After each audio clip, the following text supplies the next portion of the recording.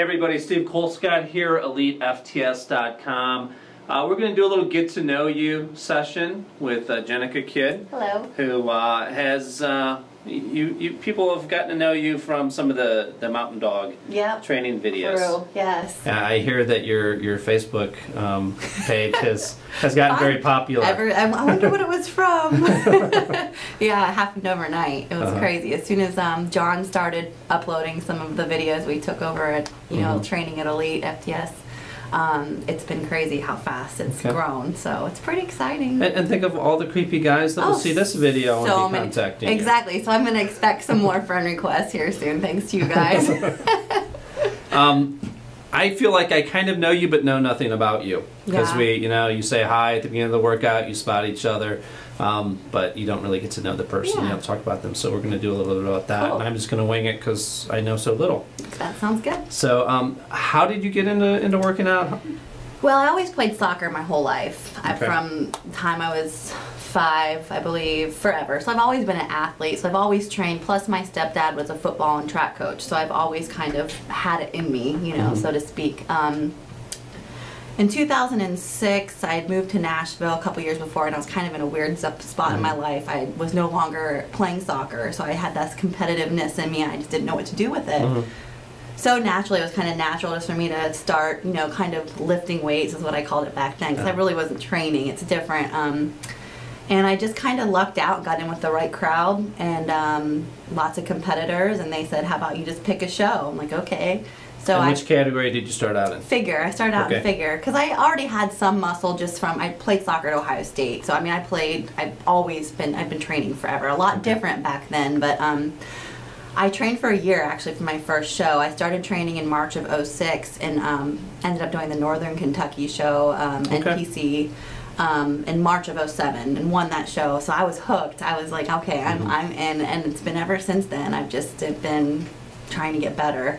Okay, you said you trained differently. What were you doing back then? When I played soccer, it was more endurance, more, let's see, I guess, plyometrics, which I do some plyos. I do a good mix, but it was just my mentality was different. I was more performance, and with bodybuilding, it's just, get your body to look the best, get in the best shape, conditioning, all that. So it's, in some respects, it's a little easier, I hate to say that, but it kind of is. The diet, is the hardest part for me, which I think it is for most people because I love to train, but that's kind of how it all started, and it's just been ever since. It never gets old to me. I never get burnt out yet. And how did you end up here? It's crazy. I met John actually at Lifetime Fitness. We both train. We both have kids, so it's a nice. They have family time. They have sitters and daycare 8 hours a day. So we met there, and I didn't even know. I knew of John. We would always train around the same time, and he just came up, introduced himself. Do you compete? And I'm like, yeah. Ever since then, we just hit it off, and I worked out with him a couple times there, and finally he was like, how about you come out to this gym out in London? I'm like, London? Are you crazy? I'm not driving to London to train. But he's like, no, you're going to London. I was like, okay. And I came here, and I've just, it's been tenfold. I feel like as far as my motivation and inspiration is concerned. So. Okay. How was your training on the non-training with John days? Do you only train with him when you're up here? Yeah. I work with a trainer named Eric Ladine in Canada, but the way he has me do things right now, I'm kind of in the prepping mode. I'm competing in September in North American, so I like to take my time. I'm not one to diet for 12 weeks and lose 4 pounds a week. I like to hold on to my muscle. That's huge for me. I worked so hard for my muscle. I don't want to diet it off. So he has me split upper body, lower body. I do have some weaknesses that I'm still working on, and my lats is one of them.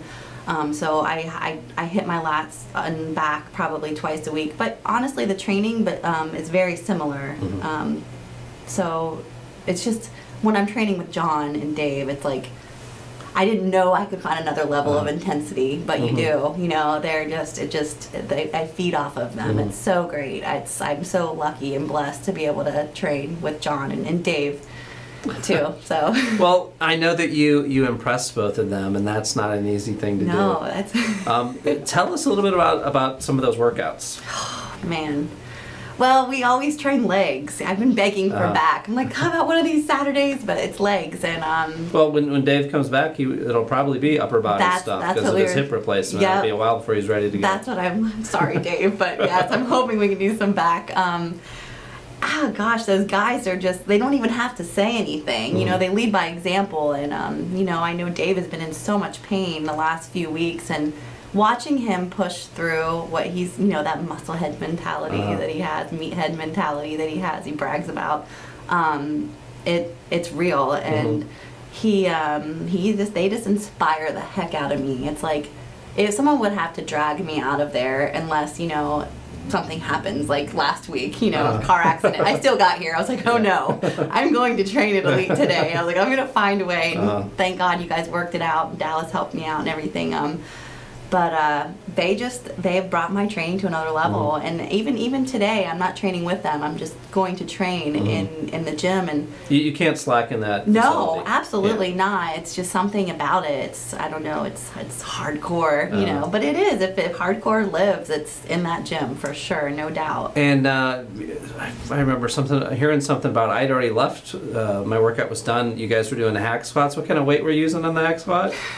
Floor plates. And were there chains as well? They were chains. We do chains. And you know what's funny is I had never paid attention to weight. I'm such a head case. I just put some weight on there, and I try not to focus on how much it is. And the first time John brought it to my attention, it was 700 pounds on the leg press. I was like, oh my gosh, like I didn't know I could do that, you know. But it's just something about those guys, you know. And it's not low reps. You guys are probably. Heck no, we're doing. I mean, the lowest amount of reps we've done, I think, is 6, you know, unless we fail first, which is always a possibility. But it's having that trust, knowing that you can fail comfortably, you know, and knowing that those guys will be there to help you, you know, get through that last rep, which is awesome, you know. One of the reasons I wanted to do stuff with you, I think you kind of fit kind of in the middle. You're obviously very feminine, and you have that, you'll have that appeal. But the guys, like the power lifters and stuff at our site, they have to respect the way you train, and you know you come here and you get it done.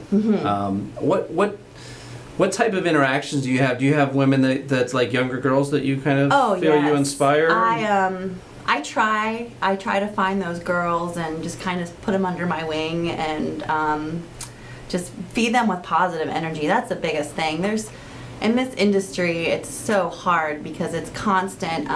You never, you know, they make it almost feel like you're not good enough. So I think the biggest thing with women that are trying to break into the industry or just break into the fitness world in general is you've got to have confidence. You got to believe in yourself. Because to be able to do something, you first have to, you know, have it in your mind. I can do this, and that's what I try to show them. You know, just because you're faced with this doesn't mean that you can't get there. You know, so. And I'm so overly willing to help women or girls, especially that want it, you know. And there's a difference. You can tell right away why people are, you know, starting certain programs or whatever they're doing. But yes, I'm always wanting to reach out and help girls that are getting started. You see some of these top female competitors, and they always pose them with like the little pink dumbbell, the little chrome dumbbell, and it almost makes it as though to train heavy is a bad thing. And that just my biggest pet peeve. I don't want to get bulky. Don't worry about getting bulky, because if you're not hardcore enough to get bulky, if you're already worried about getting bulky, that, you know, that drive, that's honestly one of my #1 pet peeves. So I was a personal trainer for a long time in Tennessee before I moved back here to Ohio, and I couldn't stand it. I honestly, because that's how I was taught. You know, powerlifting, I was a powerlifter when I started. When I think back to how I trained, and I never worried about getting bulky. I can't think of one time. I honestly remember the time when I looked in the mirror, I'm like, hey, my body is changing. This is a lot, you know, I can feel it, you know, and I loved it. You know, that's part of it. And when you're worried about getting bulky, go find someone else to help you, you know, because we're going to do that. We're going to stick to the basics, you know, squats, deadlifts, leg press, hack squats, the things that work the best, that are the least amount of fun, you know. I don't want to get bulky, right? Tell me a little bit about your nutrition program. How do you eat? Let's talk off season. Well, off season, I tend to eat. I basically stick to my macros. In the off season, obviously, I eat more calories. 15 to 16 times my body weight is pretty much what I try to stick to in the off season. Once I get into the more prep mode, which I'm into now, not completely, but I'm starting. I drop my or Eric drops my calories back. I believe to about 10 to 12 times my body weight. So, but I just stick to the macros, just change my macros up. I bump up my carbs a little bit, bump up my fat, but I don't believe in taking anything out. I mean, I'm eating carbs all the way up to my show day. I never take anything out, you know, complex, simple, nothing. It's all staying. And same with fat. So, it's pretty simple. People make it out to be so difficult, but it's really not. What do you change as a competition approaches? What do I change as far as diet goes? Diet, training, everything. What do you adjust? Really, there's not much difference. Diet changes. You know, I'm hungry, which is a good thing. You know, not starving, but in between meals, I add refeeds, which is a very monitored cheat meal day, basically. But other than that, my training stays pretty consistent. I mean, when I was working on my back, you know, this past off season, so I would have an extra day of just back alone. But other than that, right now I'm doing 2 days upper body, 2 days lower body, and 2 days of a ladder type circuit. But I always have my day off, even when I'm close, which is so hard for me. It kills me. I want to get to the gym so bad. But it's just about balance, you know, and I'm always trying to find it. I haven't found it. I tell people all the time, oh, I found it. I'm like, write a book. Write a book, because I will read it, I promise you. But that's what it comes down to. And if you're passionate about training and you're passionate about, you know, getting into the gym and doing what you feel like you need to do to better your body and better yourself, I believe it all goes hand in hand. I believe you'll get there, you know, wherever you want to be. You just got to choose where you want to go. Yeah. You know, we hear a lot about, from different female competitors about cardio, and sometimes you hear some ridiculous, like 2 or 3 hours a day leading I've been up to there. a show. What do you do cardio-wise? And I'm going to feel bad if you say 2 or 3 hours when I just call Honestly, that ridiculous. Last time I prepped, I didn't do cardio. I didn't have to do cardio. That's why I start out so far. I believe in losing from diet, not cardio. And it's sad. There are so many coaches in this industry that are absolutely clueless as far as nutrition goes. Their little trick is to add a couple hours of cardio a day, and I myself have done it, and I learned the hard way. You know, I'll never do it again. But there was a time when I was actually training for a show that I didn't even end up doing, that I was doing for 11 weeks, doing 2 hours of cardio plus my workout every single day. Never again. I looked like crap. I refused to even get on stage. I looked so strung out. I mean, you feel like crap. You have no time for family.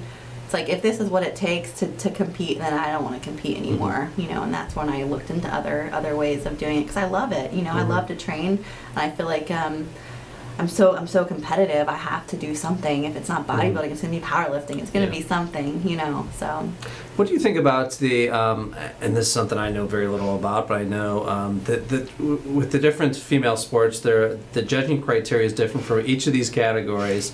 Is that something that you find frustrating? And did it take you a while to find out which one was fit your body? No, I knew I wanted to do figure. I knew bikini didn't exist when I started, so it was figure, it was bodybuilding, basically fitness, which not fitness. Yes, it's frustrating. It was, especially when I first started, because I was so worried about what they were looking for. What do they want from me? You know, they're going to add bikini. They added physique to help us figure girls, what they say.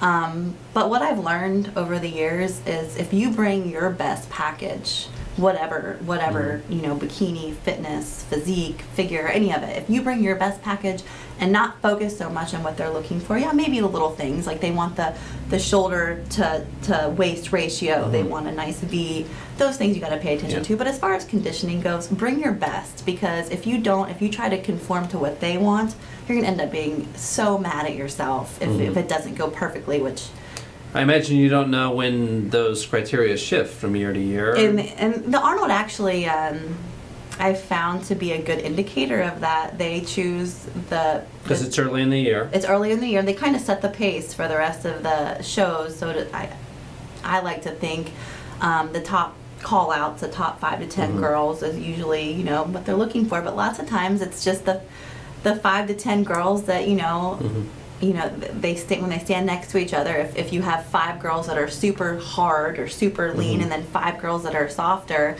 it makes it easy to see what they're choosing. But really, it just comes down to the whole package. That you just want to be able to look at someone, and you're not looking at anything particular, but you know, that just the whole package. It's in presentation on stage of your package. It's funny, there's lots of women, you see them walking around, you're like, ooh, you know, they look okay, but then they present themselves so well on stage, they almost sell themselves. You can't help but pick them, you know. That's what I try to do. Look at me, you know.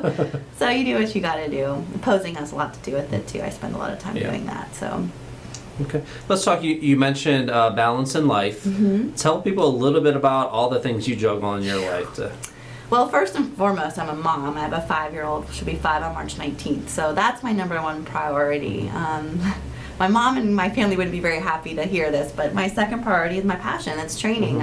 It's not competing. It's training. You know, it's in the gym. The gym time is my second. But I'm also a full-time student at Ohio State, and I work at Dodd Hall at Ohio State. I'm a OT student, occupational therapy student. So my plate is full. But I believe if you love something enough, you're going to find time for it. And I refuse to not do what I want to do. And so I find a way to get things done. And honestly, the more full my plate is, I feel like, maybe it's because I don't know any different, but the more full my plate is, I feel I work better that way. So, yeah. Okay. Tell us a little bit about what goals you have in the future, both in your competitiveness and just in your life. Well, as far as competing goes, obviously my #1 goal is to be an IFBB pro, but I know what it takes. You know, it's not that easy. It's taken, you know, I've been competing since '06. I don't do a lot of shows each year. I do 1 to 2 shows a year, and hoping to maybe do more this year.